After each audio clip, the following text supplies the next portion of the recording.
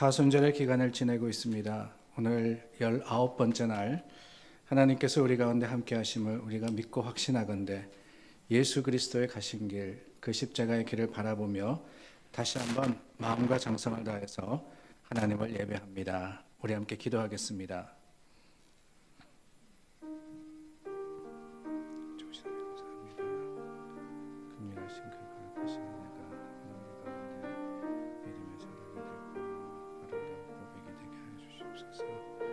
하나님, 우리 예배를 받아주시고 주님의 좋으심에 풍성한 믿음의 고백과 자랑과 감사가 있도록 마음과 생각 가운데 하나님의 긍휼하신 사랑이 또한 그 은혜가 충만하게 하여 주시옵소서.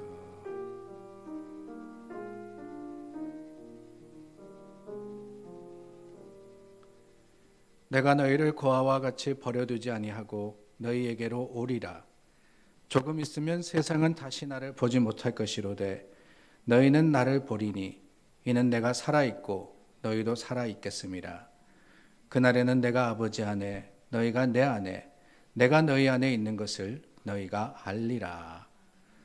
좋으신 하나님 감사합니다. 예수님의 약속이 곧 이루어질 것을 확신합니다. 그날을 기다리며 주님 가신 길, 그 십자가의 길을 우리도 쫓아갑니다. 항상 예비된 자로서 하루하루를 살아가게 하시고 등불을 밝히고 주님 오시는 날을 기다리는 참된 지혜로운 자가 될 수 있도록 도와주시옵소서. 사순절의 기간 우리가 다시 한번 주님이 오심을 기억하며 주님의 오실 그때를 기다리는 시간인 줄 알아 준비된 마음과 모습으로 주님 앞에 예배하기를 원하오니 주님이 예배를 기뻐 받으시고 하나님의 거룩하심으로 충만하게 하여 주시옵소서. 예수 그리스도 이름으로 기도드립니다. 아멘. 우리 함께 찬송가 212장, 213장 연달아 부른 후에 이덕조 장로님 기도하시겠습니다. 212장, 213장입니다.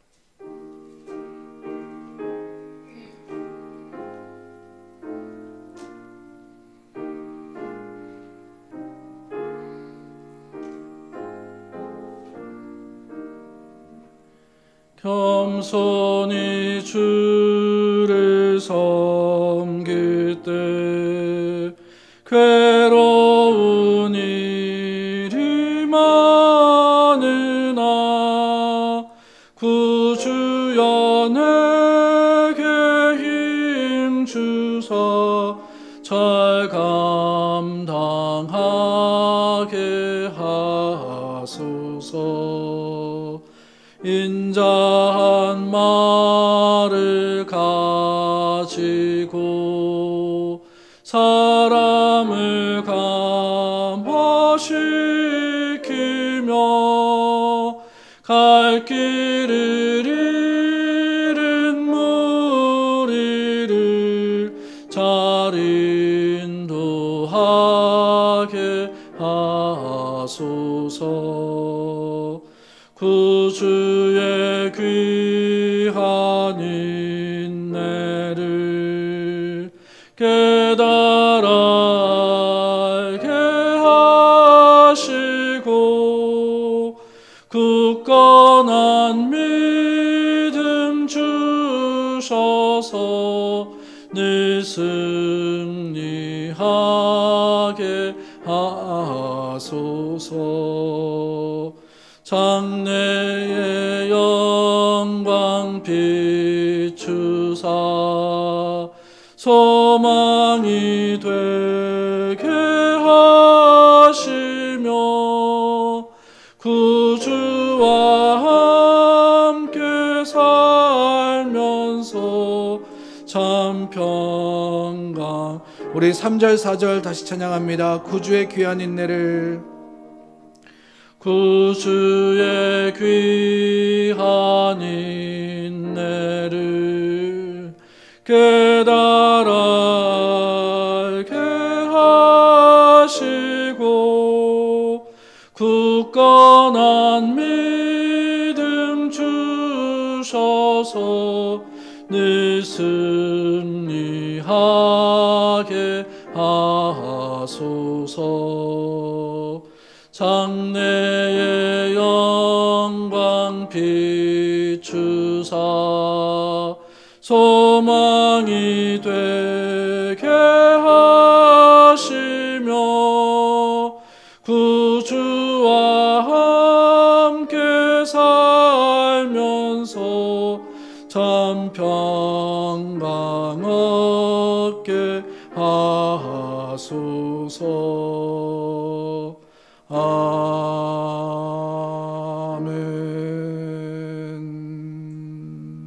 바로 다음 찬송입니다. 213장 찬양합니다.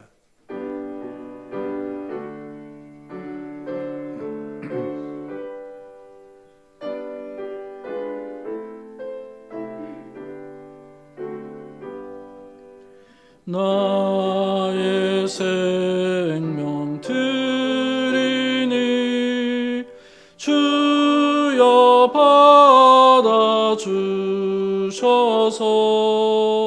세상 살아갈 동안 찬송하게 하소서. 손과 발을 드리니 주여 받아주셔서 주의 일을 위하여 민첩하게 하소서. 나의 음성 드리니 주여 받아주셔서 주의 진리 말씀만 전파하게 하소서. 나의 보화 드리니 주여 받아주셔서 하늘나라 위하여 주 뜻대로 쓰소서. 나의 시간 드리니 주여 받아주셔서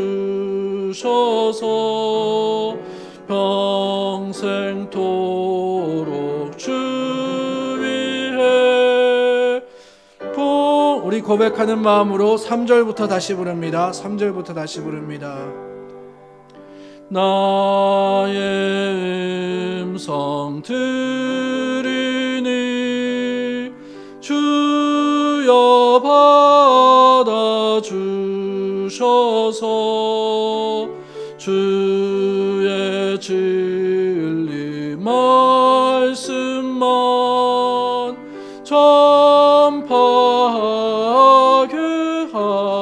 하소서. 나의 보화 드리니 주여 받아주셔서 하늘나라 위하여 주 뜻대로 쓰소서.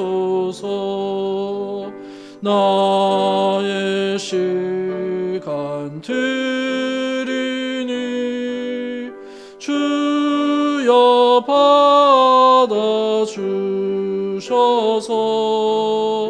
평생토록 주 위에 봉사하게 하소서. 아멘.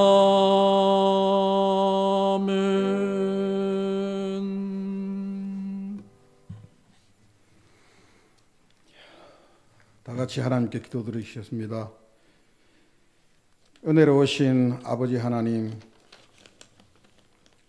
주일의 예배로 저희들을 거룩하게 하셨으나 또 세파에 시달려 죄로 물들 수밖에 없는 저희들을 이 수요 예배로 인도하여 주시니 감사합니다. 이제 사순절 15일이 지나게 되었으니 주님의 순종과 섬김 또 사랑을 이 시간 예배를 통하여 다시 한번 알게 하여 주실 것에 감사를 드리며 저희들이 이 사순절 기간을 지나는 동안 주님을 닮고자 하는 의지를 새롭게 하여 주옵소서. 죽음에 이르는 고통을 저희는 할 수가 없습니다.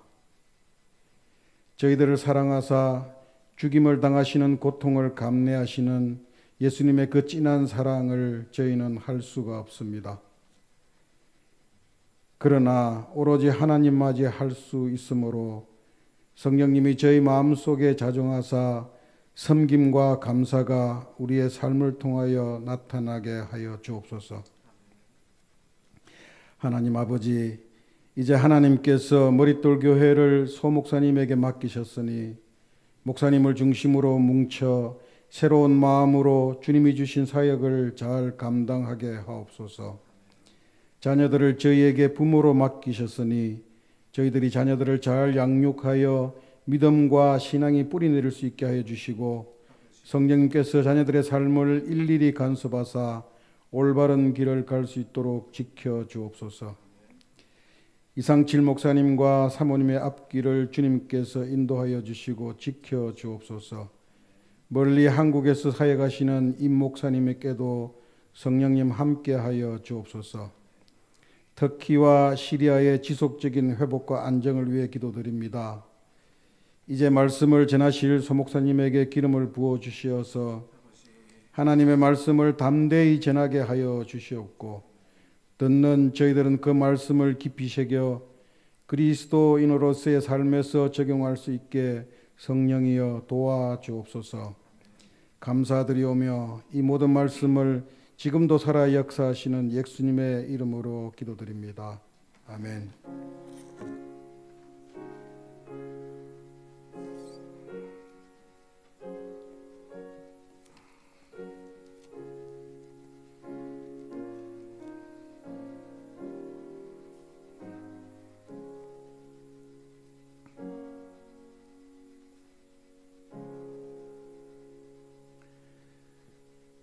우리 함께 하나님 주신 말씀 빌립보서 1장 1절서부터 14절 말씀 나누겠습니다. 빌립보서 1장 1절서부터 14절입니다. 신약성경 318면에 있습니다.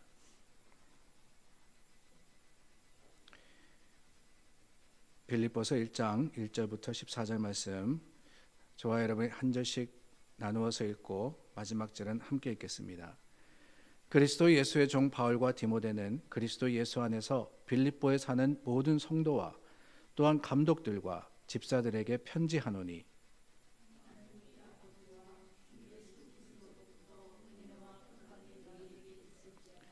내가 너희를 생각할 때마다 나의 하나님께 감사하며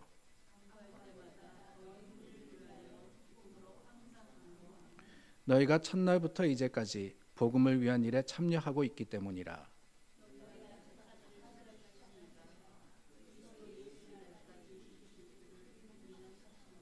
내가 너희 무리를 위하여 이와 같이 생각하는 것이 마땅하니 이는 너희가 내 마음에 있음이며 나의 메임과 복음을 변명함과 확장함에 너희가 다 나와 함께 은혜에 참여한 자가 됨이라.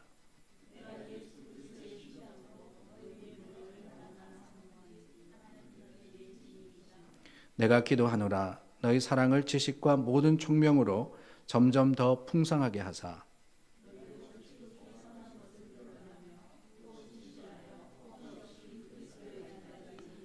예수 그리스도로 말미암아 의의 열매가 가득하여 하나님의 영광과 찬송이 되기를 원하노라.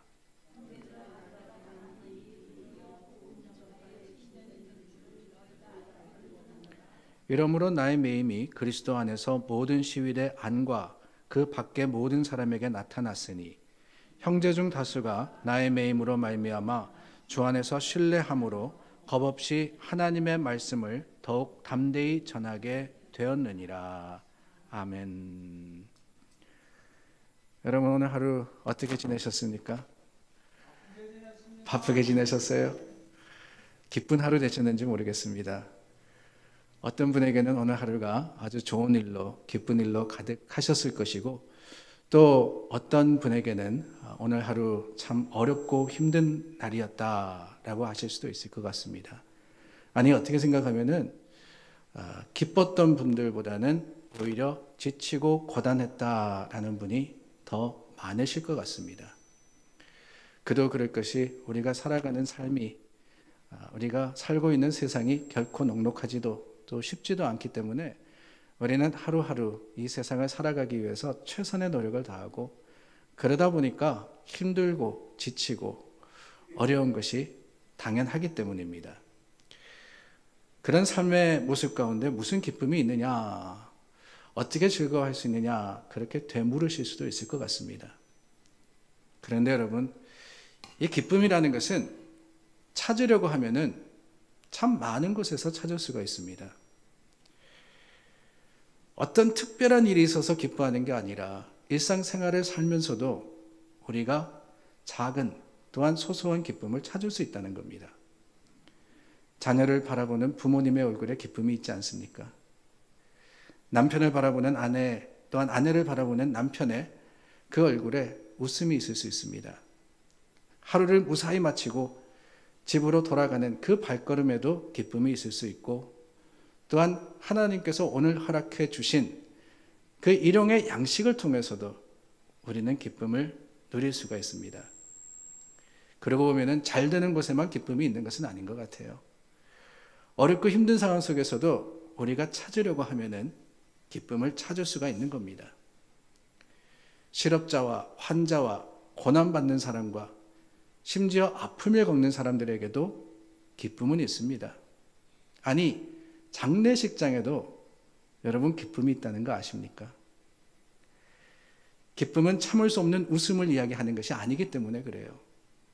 환경과 조건이 다 갖추어졌을 때 내가 그 누구보다도 잘 되었다라고 하는 그 즐거움이 기쁨이 아니기 때문에 그렇습니다. 병원에 가서 신방해 보세요. 병원이라는 곳은 고통이 있는 곳입니다. 거기에 아픔 들고 절망이 있습니다. 그런데 여러분, 그 가운데서도 회복을 기대하는 기쁨도 있더라는 거예요. 그 아팠던 가운데 조금씩 조금씩 나음을 경험하면서 하나님께서 위로해 주시고 하나님께서 함께 해 주신다는 그 기쁨이 가장 고통스럽고 가장 아픈 그곳에도 있습니다. 장례식장에도 기쁨이 있다고 말씀을 드렸죠. 어떻게 장례식장에 기쁨이 있을 수 있느냐, 그러실 수 있습니다. 그러나 흐르는 눈물 가운데도 하나님의 약속 속에 우리가 장차 만날 것을 알기 때문에, 영원한 생명이 있는 것을 우리가 확신하기 때문에 그 소망의 기쁨을 우리가 누리지 않습니까? 그러고 보면 기쁨이라는 것이 조건이나 환경에 얽매여 있는 것은 아닌 것 같습니다. 언제 어디서나 어떤 상황에서나 어떤 모습으로든지 간에 우리는 여전히 기뻐할 수 있다는 거예요. 제가 왜 이렇게 기쁨에 대해서 이야기를 하느냐, 다른 게 아닙니다. 오늘 저희가 나누었던 빌립보서의 별명이 기쁨의 책이기 때문에 그렇습니다. 기쁨과 관련된 그런 구절이 상당히 많이 나옵니다. 정확하게 말씀드리면은 총 16번이 나옵니다. 오늘 저희가 나누었던 그 본문에 당장 나오죠. 1장 4절 말씀해 보니까 간구할 때마다 너희 무리를 위하여 기쁨으로 그랬습니다. 기쁨으로 항상 간구한다라고 고백을 하고 있고, 1장 18절에 가면은 나는 기뻐하고 또한 기뻐하노라 그랬습니다. 2장에 가서는 나는 기뻐하고 너희 무리와 함께 기뻐하리니 너희도 이와 같이 기뻐하고 나와 함께 기뻐하라 그랬어요. 그리고 우리가 잘 아는 4장 4절의 말씀, 여러분 빌립보서 4장 4절 말씀 기억하시기를 바랍니다. 주 안에서 항상 기뻐하라. 내가 다시 말하노니 기뻐하라. 그 말씀이 빌립보서에 나오는 거예요. 그러다 보니까 기쁨의 복음, 기쁨의 편지라는 그 별명이 무색하지 않을 정도로 이 빌립보서에 담긴 내용을 보면은 바울이 기쁨과 감사로서 빌립보 교인들에게 편지를 썼구나라는 것을 알게 됩니다. 그런데 여러분 놀라운 것은 이 빌립보서가 에베소서, 골로새서 그리고 빌레몬서와 함께 하나의 그룹으로 불려지는데 뭐냐? 다름이 아니라 옥중서신이라고 불리는 그런 책이라는 사실이에요. 옥중서신은 다른 게 아닙니다. 바울이 로마 감옥에 갇혀 있을 때 감옥 밖에 있는 교인들에게 교훈의 말씀을 전하고 또한 하나님의 그 복음을 전했던 그 편지들을 우리는 옥중서신이라고 부릅니다. 그렇다면 오늘 저희가 나누었던 빌립보서 기뻐하라 내가 다시 말하노니 기뻐하라 했던 그 빌립보서가 어디서 쓰였느냐, 바울의 상황이 어떠했느냐, 다른 게 아니라는 거죠. 옥에 매여서 감옥에 갇혀서 힘들고 어려운 상황 속에서 교인들에게 기뻐하라라고 촉구를 했던 겁니다. 여러분 생각해 보세요. 감옥에 갇힌 그 상황이 기뻐할 수 있는 상황입니까? 아니, 빌립보서에서 기뻐하라 그랬지만은 그저 상대방에게 기뻐하라고 권면한 것만이 아닙니다. 내가 기뻐하니 너희도 기뻐하라 그랬습니다. 그 상황 속에서도 바울은 여전히 내가 기쁘다고 고백을 하고 있는 거예요. 감옥 속에도 죽을지 모르는 그 상황 속에서도 여전히 기뻐하라고 하는 겁니다. 아니, 바울이 젊었더라면은 그 정도는 견디고 또한 이기지 않을까라고 할 수 있습니다. 그러나 여러분, 바울이 로마에서 옥생활을 할 때는 그가 이미 60을 넘긴 때예요. 요즘 60이야 청년이라 그러지만은 여러분 2000년 전입니다.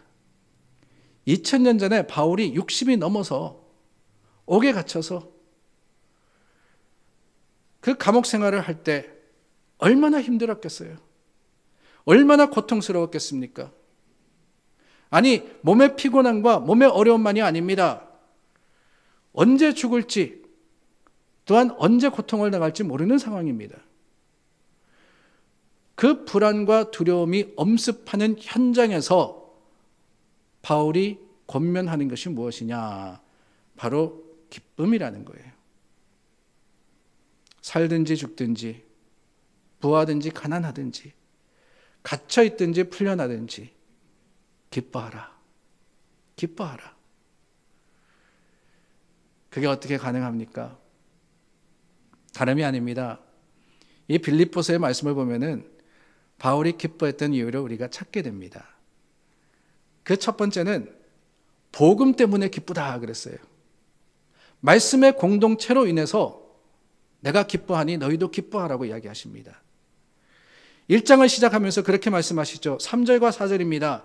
내가 너희를 생각할 때마다 너희 무리를 위하여 기쁨으로 그랬습니다. 여기서 말씀하시는 너희라는 것은 특정한 사람이 아닌 교회를 이야기하는 거예요. 내가 빌립보 교회를 섬기는 성도들을 생각할 때마다 거기에 기쁨이 있다라고 하는 겁니다.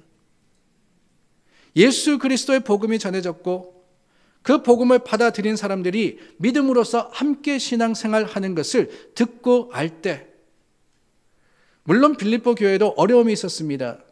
그 교회도 아픔이 있었지만은 복음이 전해지고 그 복음이 받아들여진 그곳이야말로 기쁨의 장소였다라고 바울이 말씀하고 계시는 거예요. 그래서 4장 4절에 가서 반복해서 권면하는 거 아니겠습니까? 주 안에서 항상 기뻐하라. 내가 다시 말하노니 기뻐하라. 항상 기뻐하라. 그런데 여러분, 솔직히 이 말씀만큼 우리 마음에 가책을 주는 말씀도 없습니다. 기뻐해야 하는데, 기뻐하라 하셨는데 삶을 돌아보니까 말씀의 권면같이 기뻐하지 못했거든요. 항상 기뻐하기를 원하는데 우리의 기쁨의 목적과 수단이 말씀이 주시는 교훈 가운데 있지 못했거든요. 사실 세상에 수많은 사람들이 기뻐하려고 수고하고 노력합니다. 자신들이 원하는 것을 얻음으로써 자신들이 추구하는 것을 달성함으로써 기쁨을 얻겠다고 오늘도 세상 사람들 참 많은 수고와 많은 노력을 드립니다. 취미를 통해서 기뻐하려고 하기도 하고 또한 자신이 원했던 것을 가짐으로 인해서 기뻐하려고도 합니다. 그런데 여러분 가만히 보면은요, 그런 세상 속에서 추구하고 세상 속에서 얻는 기쁨은 그저 피상적이고 그리고 순간적입니다. 내가 무언가를 얻어서 내가 무언가를 하여서 얻는 즐거움이라는 것은 잠깐이라는 거예요. 잠깐. 그 잠깐의 기쁨을 위해서 엄청나게 수고하는데 그 잠깐이 지나면 어떻게 됩니까? 공허한 거예요. 그렇기 때문에 또 다른 것을 위해서 노력하고 수고하고 그것을 얻으면 잠깐 기뻐하다가 또 공허해지고 이게 세상의 모습입니다. 그런데 여러분 바울이 말씀하시는 기뻐하라 했던 것은 이런 잠깐의 이런 순간의 기쁨이 결코 아니라는 거죠. 그렇다면 무엇이냐? 다름이 아닙니다. 영적 기쁨입니다. 영원한 기쁨입니다. 우리 주님 안에서 하나님을 믿는 사람들이 누릴 수 있는, 아니 누려야 하는 그 기쁨이야말로 바울의 권면 가운데 있는 기뻐하라, 항상 기뻐하라고 하신 그 말씀의 온전한 응답인 거예요. 그렇습니다. 우리 믿음에는 기쁨이 있어야 됩니다. 신앙에는 기쁨이 반드시 존재해야 합니다. 우리가 신앙생활을 하는데 기쁨이 없다면 여러분 무슨 재미로 하겠어요? 어떻습니까? 맨날 울고불고 후회하고 가슴치고 하나님께 죄송하고 맡겨진 일 억지로 힘들게 그렇게 감당하면서 신앙생활을 할 때 여러분 거기에 정말 신앙생활을 유지하고 그 신앙생활을 하나님께 감사함으로 드릴 수 있는 힘이 있습니까? 저는 없다고 생각을 해요. 최선의 노력을 다해서 할 수 있습니다. 신앙생활도 우리가 최선을 다해서 할 수 있어요. 그러나 최선을 다해서만 하다 보면은 길게 가지 못해요. 그것이 영원하지 못합니다. 세상과 똑같아요. 열심히 해서 열심히 하는 그 가운데 기쁨이 있을 수 있습니다. 그러나 그 기쁨은 영원하지 못해요. 어떤 기쁨이 영원하냐? 다른 게 아니에요. 하나님의 주시는 세상이 알지 못하는 그 기쁨이 참된 기쁨인데 이런 기쁨을 누려야지만 우리는 참 그리스도인으로 하나님을 기뻐 찬양하고 또한 하나님 앞에 감사함으로 신앙생활 할 수 있는 겁니다. 그래서 우울한 그리스도인이라는 말은 모순이 있는 말이에요. 그리스도인은 하나님 안에서 기뻐야 합니다. 그리스도인은 모이기만 하면은 거기에 웃음이 있어야 되고 감사가 있어야 되고 즐거움이 있어야 되고 하나님의 교회를 섬기는 사람들은 정말 그 가운데 우리 마음과 삶이 하나님의 주시는 충만한 기쁨으로서 가득해야지 올바른 신앙생활을 하는 것임을 여러분들이 기억하시기를 바랍니다. 바울이 그랬어요. 그런 기쁨은 전천후입니다. 잘 될 때만 기뻐하는 게 아니라 힘들고 어려울 때도 기뻐할 수 있잖아요. 바울이 그랬지 않습니까? 빌립보 교회를 향해서 옥중에서 편지를 쓰면서 기쁨으로 썼는데 그 기쁨의 이유가 뭐냐? 오늘 말씀 속에 보면은 두 가지가 나옵니다. 바울이 2차 전도 여행을 떠나면서 1차 전도 여행지를 다시 돌아보려고 했다고 지난주 말씀을 나누었죠. 소아시아 지역이었습니다. 그 소아시아 지역을 중심으로서 사역을 하려고 했지만 성령이 막으시고 이끄셔서 유럽으로 가게 됩니다. 그래서 그 유럽을 다니면서 복음을 전했는데 3개월간의 짧은 기간을 머물렀던 데살로니가 그리고 1년 6개월 동안 사역했던 고린도 이 두 교회를 지난 2주일 나누었습니다. 그런데 여러분 사도행전의 교회를 나누다 보니까 순서가 좀 뒤바뀌게 됐어요. 2차 전도 여행의 순서대로 가자면은 사실은 데살로니가와 아덴, 고린도, 에베소 이런 교회 전에 유럽에서 가장 먼저 간 도시가 있는데 그 도시가 바로 빌립보입니다. 빌립보를 먼저 했어야 되는데 제가 이렇게 설교를 준비하다 보면 이럴 때도 있어요. 순서가 좀 뒤죽박죽해집니다. 그래서 조금 돌아가가지고 2차 전도 여행의 그 첫 번째 데스티네이션이었던 첫 번째 이 도시였던 우리가 빌립보를 나누게 되는데 그 빌립보에 대한 이야기가 사도행전 16장에 나옵니다. 그 16장에서 우리는 바울의 기쁨의 이유를 찾아보게 됩니다. 빌립보라는 곳에서 크게 두 사건이 있었음을 사도행전이 기록하고 있습니다. 제가 먼저 16장 12절부터 15절 말씀을 읽어드리겠습니다. 그냥 들으시면 됩니다. 거기서 빌립보에 이르니 이는 마게도냐 지방의 첫 성이요 또 로마의 식민지라. 이 성에서 수일을 유하다가 안식일에 우리가 기도할 곳이 있을까 하여 문 밖 강가에 나가 거기 앉아서 모인 여자들에게 말하는데 두아디라시에 있는 자색 옷감 장사로서 하나님을 섬기는 누디아라 하는 한 여자가 말을 듣고 있을 때 주께서 그 마음을 열어 바울의 말을 따르게 하신지라. 그와 그 집이 다 세례를 받고 우리에게 청하여 이르되 만일 나를 주 믿는 자로 알거든 내 집에 들어와 유하라 하고 강권하여 머물게 하니라. 우리가 너무나도 잘 알고 있는 사건이지 않습니까? 자색 옷감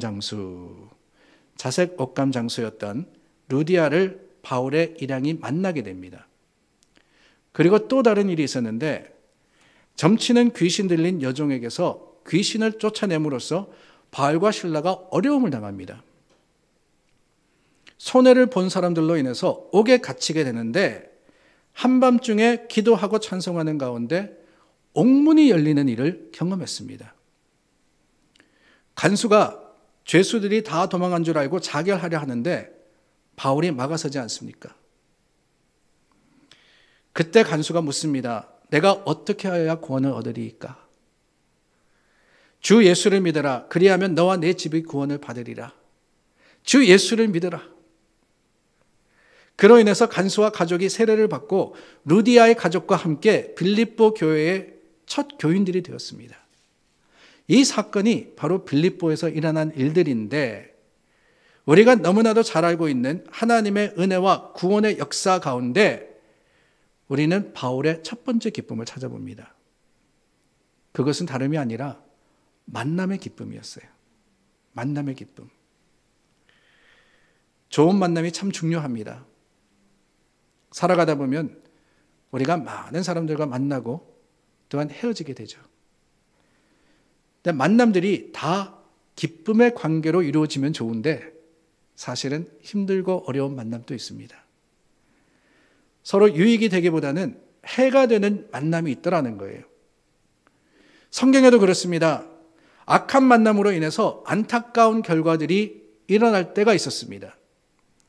대표적으로 아합과 이세벨이 그랬죠. 둘은 부부입니다. 아합은 북이스라엘의 왕이었고 이세벨은 그의 왕비였습니다. 근데 열왕기상 21장 25절 말씀해 보니까 예로부터 아합과 같이 그 자신을 팔아 여호와 앞에서 악을 행한 자가 없음은 그를 그의 아내 이세벨이 충동하였음이니라 라고 말씀하십니다. 아니 원래 아합도 그렇게 좋은 사람은 아니었습니다. 여전히 악한 왕이었지만 문제가 뭐냐? 더 악한 부인을 만나가지고 뭐라 그러고 말씀하십니까? 여호와 앞에서 이전도 이후도 아합처럼 악을 행한 자가 없었다 그랬어요. 왜? 이세벨이 충동했기 때문에. 이세벨이 충동했기 때문에. 여러분 얼마나 안타깝습니까? 부부의 관계를 통해서 남편과 아내가 서로 돕고 격려하는 가운데 더 행복해져야 하고 더 하나님 앞에 바로 서야 하는데 둘이 만남으로써 악과 악이 상승 효과를 낸 거예요. 다르게 말하면은 만나지 말아야 하는 두 사람이 만난 겁니다. 이런 관계도 있었어요. 근데 그 반면에 선하고 좋은 만남도 있습니다. 다윗과 요나단. 피가 섞인 것은 아니지만 요나단이 다윗을 사랑하고 다윗도 요나단을 아낌이 우정의 좋은 본을 보여주지 않았습니까? 뿐만 아닙니다. 룻과 보아스의 만남도 우연 같아 보였지만 하나님이 계획하시고 하나님께서 이루어주신 선하고 아름다운 만남이었습니다. 그 만남을 통해서 그리스도의 계보가 이어지는 놀라운 은혜가 일어나지 않았습니까? 좋은 만남이라는 것은 이래야 되는 거예요. 하나님의 뜻이 그 가운데 사랑과 또한 그 가운데 세움과 감사가 충만한 것, 이게 바로 좋은 만남입니다. 그래서 좋은 만남은 하나님이 주시는 복이에요. 복. 아는 사람 하나 없던 그 선교지에서 그것도 일부러 찾아간 것도 아니었습니다. 바울이 강가에 나가서 거기 모인 여인들과 대화를 하는데 14절 말씀에 뭐라고 하느냐, 루디아라 하는 한 여자가 말을 듣고 있을 때 주께서 그 마음을 열어 바울의 말을 따르게 하신지라. 하나님의 계획이 아니면 일어날 수 없는 일이 일어난 거예요. 그래서 주께서 그러지 않습니까? 주께서. 간수와의 만남도 그렇습니다. 계획한 만남이 아니었을 뿐만 아니라 바울이 가장 어렵고 힘들 때, 여러분 그것도 간수와 죄수의 만남이라면은 보통의 방법으로는 이 둘이 통할 수가 없습니다. 근데 그럼에도 불구하고 하나님이 땅을 흔들어서 지진을 내려서 그 만남을 아름답게 만들어 주시지 않았습니까?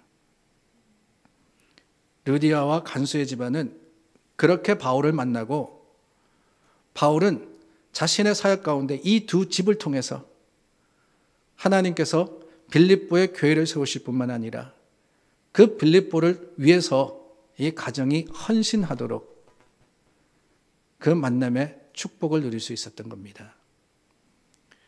이게 바로 복된 만남 아닙니까? 바울과 두 가정, 영어 표현에 윈윈이라는 게 있는데 두 가정 다 정말 하나님의 주시는 복을 받아 누린 겁니다. 그래서 오늘 본문 3절에 보면은 이 바울이 뭐라고 고백하느냐, 내가 너희를 생각할 때마다, 내가 루디아를 생각할 때마다, 내가 간수를 생각할 때마다 감사와 기쁨으로 간구하노라. 5절 말씀에는 너희가 첫날부터 이제까지라고 했어요. 첫날부터 이제까지. 그 좋은 만남이 오랜 시간이 지나도 여전히 이어지고 있음을 바울은 고백하고 있는 겁니다. 사랑하는 여러분, 저는 이런 만남이 여러분에게 있기를 축원합니다. 저희 부모님은 자녀를 위해 기도할 때 좋은 만남을 주시도록 기도했습니다. 저도 자녀를 위해 기도하며 하나님이 어딜 가든지 좋은 사람 만나도록 필요한 사람 예비해 주시기를 기도하고 간구합니다. 어디 자녀뿐이겠어요? 우리들도 어른이지만 좋은 사람들 만나야 되지 않겠어요? 교회에서, 직장에서 삶을 살아가면서 하나님이 예비하신 그 만남, 하나님께서 만나게 하시고 하나님께서 또한 교제하게 하여 주심으로 말미암아 그것이 기쁨이 될 수 있도록 주님이 허락하시기를 간절히 축원합니다. 그래서 삶을 나누고 신앙을 나누고 감사를 나눌 수 있는 그 귀한 만남이 특히 교회 안에서 뿐만 아니라 신앙의 공동체에 온전히 이루어질 수 있다면 거기에 교회의 힘이 있고 거기에 교회의 기쁨이 있지 않겠어요? 바울은 기쁨의 그 놀라운 고백을 만남 가운데 했습니다. 그리고 또한 그 바울의 또 다른 기쁨의 이유는 한밤중에 있었습니다. 사도행전 16장 25절 말씀에 보면은 한밤중에 바울과 실라가 기도하고 하나님을 찬송했다 그랬어요. 여기서 말씀하시는 한밤중이라는 것은 그저 시간적으로 새벽이었다라는 말은 아닙니다. 바울과 실라가 기도하고 찬송했던 것은 깊은 감옥 안이었습니다. 차갑고 어두운 곳이자 발목에는 착고가 든든히 채워져서 꼼짝하지 못하는 상황이었습니다. 붙잡히면서 매도 많이 맞아서 온몸이 상처투성이고 피로 물들어 있는 상황이었습니다. 이 밤이 지나면은 분명히 고발한 무리가 다시 몰려와서 이 바울과 실라를 죽이려고 할 겁니다. 가장 어두운 곳, 가장 깊은 곳, 가장 고통스럽고 두려운 곳, 바로 거기가 한밤중이었습니다. 그런데 여러분, 어찌된 일인지 바울과 실라가 두려워하기는커녕 그곳에서 찬송을 부르기 시작했어요. 큰 소리로 기도합니다. 너무 힘들다 보니 미쳤는지 모르겠어요. 도무지 찬송할 수 없고 도무지 기도할 수 없는 그 상황 속에서, 그 현장에서 찬송의 소리가 흘러나오기 시작했고 기도의 간구가 들려지기 시작합니다. 다른 죄수들도 신기했나 봅니다. 말씀해 보니까 다 듣더라 그랬거든요. 다 듣더라. 그럴 수밖에 없죠. 도무지 이해가 되지 않는 상황입니다. 도무지 이해할 수 없는 행동이었습니다. 그것이 성령의 인도였던 두 사람의 용기이든 중요한 것은 그 어두운 상황 속에서 도무지 할 수 없는, 도무지 찬송도 기도도 감사도 할 수 없는 그 상황과 순간 가운데 어쨌든 바울과 실라가 했다는 거예요. 더 놀라운 일은 바로 다음 절인 26절 말씀해 보면은 사도행전 16장 26절입니다. 이에 갑자기 큰 지진이 나서 그랬습니다. 여러분, 이 단어를 주의해 보십시오. 이해라는 것은 우연이 아니라는 거예요. 갑자기 큰 지진이 났다라고 하면은 그 중에는 타이밍이 기가 막히다. 어떻게 우연하게도 그때 지진이 나냐? 그럴 수 있습니다. 그렇게 믿지 않는 사람이 있을 수 있기 때문에 사도행전을 적은 누가가 뭐라고 적었느냐? 이해라고 못바가 기록했던 거예요. 뭐 때문에? 바울과 실라가 한밤중에 기도하고 찬송했더니 할 수 없는 상황에서 어떻게든 하니 놀라운 하나님의 역사가 일어났다라고 하는 겁니다. 그 일을 통해서 바울과 실라만 구원받은 게 아니죠. 간수와 그 가족도 예수님을 만나고 구원받았습니다. 이게 유럽에서 전도를 시작하던 바울이 경험했던 하나님의 보호하심과 하나님의 역사였습니다. 그리고 10여 년이 지나서 이제 3번의 전도여행을 다 마친 바울이 마침내 로마에까지 가게 되었습니다. 자유의 몸으로 가게 된 게 아니라 재판받으러 끌려가서 로마에서도 갇힌 신세로 있었습니다. 어떤 일이 벌어질지 갇히고 매인 바울의 마음은 또다시 불안하고 걱정으로 가득할 수밖에 없는 상황입니다. 그런데 여러분, 저는 그 순간 그 로마의 감옥 안에서 바울이 10년 전 빌립보에서 일어났던 일을 기억했을 거라고 믿어요. 그때에도 지금과 같이 갇힌 몸이었습니다. 그때에도 지금과 같이 불확신과 두려움의 때였습니다. 그러나 그때 기도하고 찬송했던 바울은 하나님이 땅을 흔들고 옥문을 여시며 생각지도 못했던 크고 놀라운 구원의 역사를 이루셨음을 경험하지 않았습니까? 시간이 지났다고 하나님의 능력이 줄어듭니까? 시간이 지났다고 그 힘과 역사가 사라집니까? 아니라는 사실을 바울이 기억했을 거라는 거예요. 10년이 지나서 빌립보가 아닌 로마였지만 여전히 하나님이 나와 함께 하시고 여전히 하나님께서 나를 통해서 주님의 뜻을 이루실 것이라는 그 확신을 바울은 경험 가운데, 그의 놀라운 체험 가운데 기억하고 고백했던 겁니다. 그래서 오늘 본문 12절부터 14절 말씀해 보니까 형제들아, 내가 당한 일이 내가 당한 일이 도리어 복음 전파의 진전이 된 줄을 너희가 알기를 원하노라. 내가 감옥에 갇힘으로 인해서, 내가 고통을 당함으로 인해서, 내가 죽게 됨으로 인해서 뭐라고요? 복음 전파의 진전이 있었다고 말씀하십니다.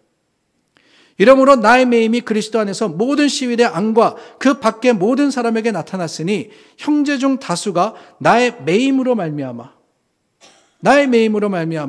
주 안에서 신뢰함으로 겁없이 하나님의 말씀을 더욱 담대히 전하게 되었느니라. 어떻게 그럴 수 있습니까? 내가 겪는 이 일이 오히려 하나님의 말씀 전파와 사랑의 증거에 더 확실하게 쓰일 것을 바울이 어떻게 압니까? 다름이 아니에요. 경험하지 않았습니까? 그의 매임으로 인해서 오히려 하나님의 말씀이 강하게 역사하고 예수 그리스도의 구원이 이루어졌음을 그는 빌립보에서 경험했습니다. 그러니 이제 로마에서도 똑같이 빌립보 교인들을 향해서 내가 매인 이것으로 인해서 하나님의 은혜와 그 하나님의 계획이 분명히 드러날 것이라고 선포하고 오히려 기뻐할 수 있었던 거예요. 놀라운 구원의 역사, 그 구원의 역사는 멈춤이 없습니다. 어떤 상황에서도 기뻐하라, 감사하라. 가장 어렵고 가장 고통스러운 상황 속에서도 하나님이 더 가까이 계신다고 전파하며 하나님 이루신 일, 그것이 다시 한번 일어날 것을 확신했기 때문에 바울은 기뻐하라, 내가 다시 말하노니 기뻐하라고 권면하셨던 거예요. 6절 말씀입니다. 너희 안에서 착한 일을 시작하신 이가 그리스도 예수의 날까지 이루실 줄을 우리는 확신하노라. 만남을 통해서 역사하시는 하나님, 또 어려운 가운데서도 기도와 찬송을 귀하게 여기시는 그 하나님을 확신하고 저와 여러분들도 하나님께서 시작하신 바로 그 일을 온전히 이루실 것을 믿고 확신함으로써 어떤 상황 속에서도 우리 삶의 어떤 형편 가운데서도 여전히 기뻐하는 믿음의 사람들이 될 수 있기를 예수님의 이름으로 축원합니다. 우리 이 시간 함께 기도하기를 원합니다. 세상에 고통이 참 많습니다. 우크라이나 전쟁이 1년을 넘어서 계속해서 진행되고 있고 튀르키예와 또 참 그 인근 지역에 일어난 지진으로 인해서 그 피해가 헤아릴 수도 없습니다. 어디 그뿐입니까? 날마다 들려오는 소식은 상처와 아픔과 고통의 소식입니다. 우리 삶에도, 내 개인의 삶의 현장에도 여러 가지 어려움들이 있으리라 생각이 됩니다. 그 모든 것들 참으로 우리를 힘들게 하고 우리를 실망하게 하지만 여전히 기뻐할 수 있는 것, 그것은 하나님의 약속이 있기 때문임을 다시 한번 기억하며 이 시간 우리 믿음의 다짐으로 또한 하나님을 구함으로써 잠시 통성으로 기도하겠습니다. 좋으신 하나님 감사합니다. 하나님께서 이루실 일을 기대합니다. 우리 가운데 착한 일을 시작하신 그 주님이 그리스도 예수의 날까지 이루실 것을 우리가 믿건대 주님, 오늘 어떤 상황 가운데서도 여전히 우리는 기뻐합니다. 하나님, 기쁨의 능력 되시고 기쁨의 이유 되신 하나님께서 오늘도 믿음의 사람들을 붙잡아 주시고 우리 마음과 생각을 주장하여 주시어서 오직 주님만을 바라며 오직 주님 가신 그 믿음의 길을 담대하게 갈 수 있도록 도와주시옵소서. 하나님, 하나님께서 우리 가운데 기쁨과 또한 은혜에 충만한 하나님의 능력으로서 풍성하게 하셨으니 주님 아버지 안에 아버지 참 진실과 진리로서 주님만을 바라보며 하나님을 기대하는 자들이 되게 하여 주시고, 하나님 오히려 우리가 당한 모든 일들이 하나님의 계획과 그 놀라운 섭리 가운데 더 좋은 일을 위해서 더 놀라운 아버지 하나님의 역사를 위하여서 쓰임을 받는 것을 기억하고 또한 하나님께 모든 것 맡길 수 있는 용기가 있게 하여 주시옵소서. 주님 기뻐하라, 항상 기뻐하라고 하신 바울의 권면과 같이 우리 가운데 주님 주시는 역사의 그 놀라운 은혜와 충만하신 사랑이 끊임이 없음을 고백하며 자랑하며 감사하는 우리 믿음의 사람 되게 하여 주시옵소서. 좋으신 하나님 감사합니다. 하나님께서 우리를 통해서 이루시는 많은 일들 기쁨의 제목이 되며 또한 하나님을 향한 찬송이 됩니다. 오늘도 삶의 현장이 고단하고 힘들다 할지라도 하나님의 계획과 섭리는 여전히 이루어져 가고 있으며 또한 우리 삶의 모든 것을 통해서 하나님의 구원의 역사를 이루시는 것을 기억하건대 바울의 권면과 같이 기뻐하며 항상 기뻐하는 믿음의 사람 되게 하여 주시옵소서. 주님, 우리 입술로 또한 마음으로 하나님을 고백할 때 주님 우리 가운데 살아 역사하시기를 원하오니 주님 모든 믿음에 또한 모든 기도에 그 간구를 주님께서 들으시고 하나님의 가장 선한 방법으로 응답하여 주시옵소서. 예수 그리스도 이름으로 기도드립니다. 아멘. 오늘도 하나님 안에 믿음과 기쁨으로써 또 하나님을 바라시는 여러분들 되시기를 바랍니다. 말씀드린 대로 우리 사순절 이 셋째 주일을 지나서 넷째 주간을 보내고 있습니다. 오늘이 19번째 날이었고요. 내일이 딱 반이 되는 20번째 날입니다. 우리 반을 지내오면서 과연 얼마나 우리가 진실하게 하나님을 쫓았는지 다시 한번 돌아보고 나머지 20일도 우리 기도와 경건의 모습으로서 하나님께 나아가는 믿음의 사람들 될 수 있기를 바랍니다. 여러 교회 소식 주보를 참조해 주시기를 부탁을 드리고요. 우리 지난주 교육부 오케스트라 연습 시작했습니다. 우리 자녀들이 부활주의를 위해서 연습을 하고 있는데 얼마나 잘하는지 몰라요. 여러분들께서 응원해 주시고 또한 축복해 주시기를 부탁을 드리고 부활주의부터 또한 찬양팀이 11시 예배에 찬양을 하게 됩니다. 위에서 또 중보해 주시기를 부탁을 드립니다. 그리고 수요 예배 오시는 여러분들에게 특별히 미리 광고 드리는데 4월 19일부터 우리 수요 예배의 시간과 모습이 좀 달라집니다. 저희가 또 여러 이 필요한 사람들을 대상으로 하고 또 더 효과적으로 하나님께 예배드리고 또 하나님의 말씀을 대하기 위해서 저희가 오랫동안 저녁 예배를 드렸는데 4월 19일부터는 오전 예배를 드리게 됩니다. 오전 10시에 저희가 모여서 예배드리고 바로 이어서 성경 공부를 해요. 10시부터 11시 반 정도까지 예배와 성경 공부로서 우리가 한동안 수요 예배 또 수요 성경 공부를 할 예정이니 기억하시고 여러분들께서 또 참여해 주시기를 바랍니다. 저녁에 모이는 수요 예배는 그래서 2번 남았습니다. 3월 말까지 수요 예배가 8시에 모이고요. 4월 첫 주는 이 고난주간이 되기 때문에 그때는 수요 예배가 아니라 금요일, 성금요일 예배가 되게 되고 그리고 부활주일 지나서 한 주를 쉬고 그 다음 주부터 시작을 하게 되니 기억하시고 또한 참여해 주시기를 부탁을 드립니다. 그 외의 소식은 주보를 참조해 주시기를 바라고요. 우리 지난주부터 주보에 보시면은 중보 기도 제목이 나가고 있습니다. 매주 저희가 교회를 위해서 이웃을 위해서 또 여러 다른 모습으로서 함께 중보할 기도의 제목을 여러분들과 나누고 있으니 기억하시고 한 주 동안 이 기도의 제목을 마음에 담으시고 하나님께 간구해 주시기를 부탁드립니다. 우리 다 함께 자리에서 일어나서 찬송가 405장 부른 후에 주기도문 드리겠습니다.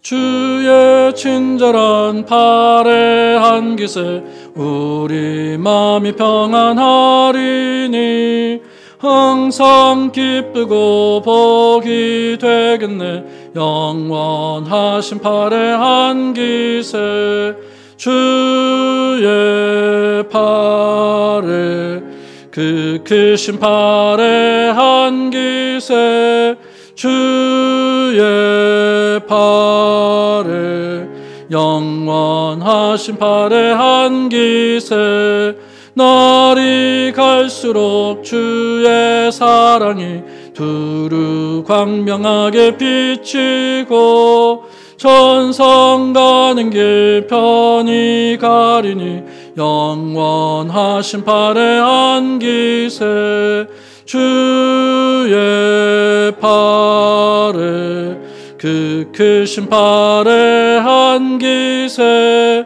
주의 팔에 영원하신 팔에 안기세 주의 보좌로 나갈 때 기뻐 찬미 소리 외치고 겁과 두려움 없어지리니 영원하신 팔에 안기세 주의 팔에 그 크신 팔에 안기세 주의 팔에 영원하신 팔에 안기세. 아멘. 하늘에 계신 우리 아버지여 이름이 거룩히 여김을 받으시오며 나라에 임하옵시며 뜻이 하늘에서 이룬 것 같이 땅에서도 이루어지이다. 오늘날 우리에게 일용할 양식을 주옵시고 우리가 우리에게 죄 지은 자를 사하여 준 것 같이 우리 죄를 사하여 주옵시고 우리를 시험에 들게 하지 마옵시며 다만 악에서 구하옵소서. 대개 나라와 권세와 영광이 아버지께 영원히 있사옵나이다. 아멘.